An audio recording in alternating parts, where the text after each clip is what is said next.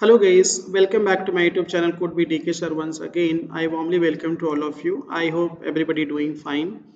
So in previous video we have already discussed about what is variable and how to assign the value to the variable and types of variable like direct assignment and except statement, right? So today's session we are going to discuss about the operators. Like in previous video we have discussed data types and variable, right?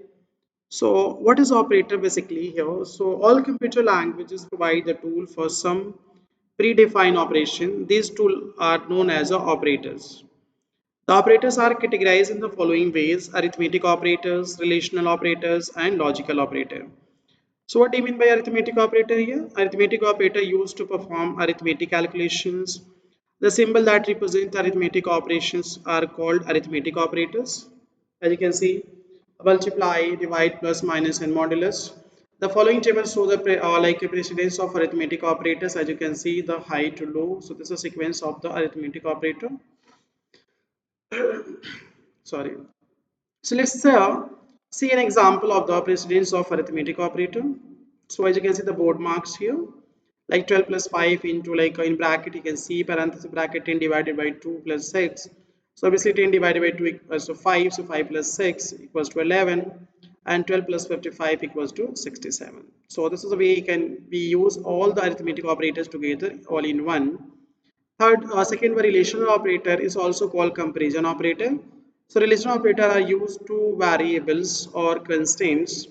The following table show the six relational operator like equal equals to which one used for compare the value, greater than, less than, not equals to, greater than, equals to, and less than equals to. So comparison operator basically used for the compare the two variable together.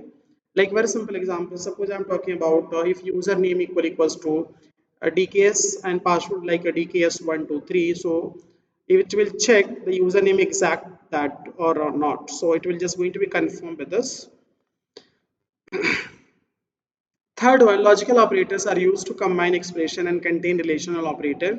The following table show the relational operator. Here there are three and or not. So and operator evaluate to true only if all the individual condition evaluate to true.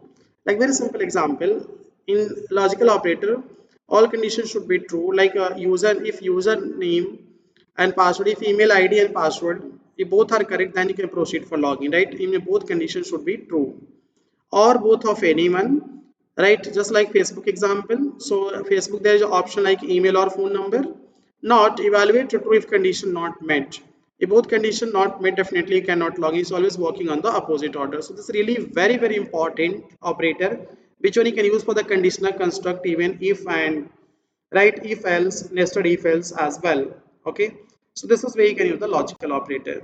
So in next video we are going to see practically using flowchart how to implement it. So that's it for this video. Thank you so much.